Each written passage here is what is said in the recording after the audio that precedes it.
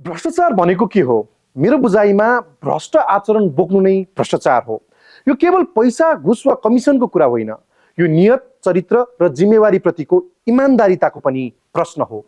मलाई व्यक्ति विशेषमा गएर बोल्न खासै मन लाग्दैन, तर आज नबोली बस्नै सकिन। जेनजी आन्दोलनपछि देश अन्योलमा थियो। त्यही आन्दोलनको बीचमा गैर राजनीतिक निष्पक्ष निर्वाचन गराउने म्यान्डेटका साथ केही पात्रहरू सरकारमा समावेश गरिए। उद्देश्य स्पष्ट थियो, दलभन्दा माथि उठेर निष्पक्ष ढङ्गले चुनाव सम्पन्न गराउने। तर के भयो? बब्लु गुप्ता, जगदीश खरेल, महावीर पुन र कुलमान घिसिङ गैर राजनीतिक आवरणमा जेनजीको भावनामा टेकेर तर मार्दै मन्त्री बने।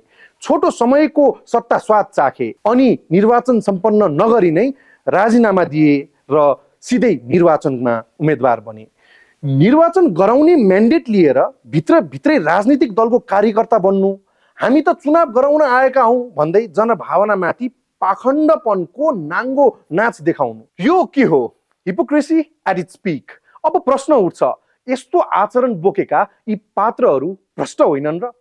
पैसा खाएको प्रमाण नदेखिएला, तर नैतिक भ्रष्ट भएको प्रमाण त स्पष्ट छ नि।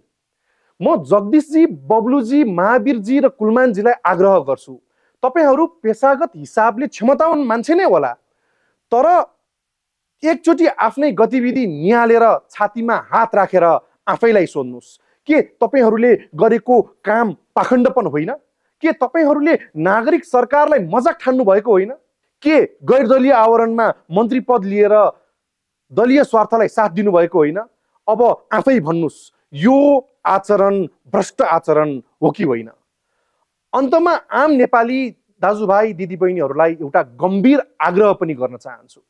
तपाईँ काङ्ग्रेसलाई मत हाल्नुहोस्, तपाईँ एमालेलाई मत हाल्नुहोस्, तपाईँ रासोपा, राप्रपा, जसलाई सुकै मत हाल्नुहोस्, यो तपाईँको अधिकारको कुरा हो। तर घाती, पाखण्डी र अवसरवादीलाई समर्थन गर्नु अघि एकचोटि आफ्नो विवेक प्रयोग गरौँ, किनकि लोकतन्त्र मतले मात्रै होइन, नैतिक चेतनाले पनि जोगाउँछ।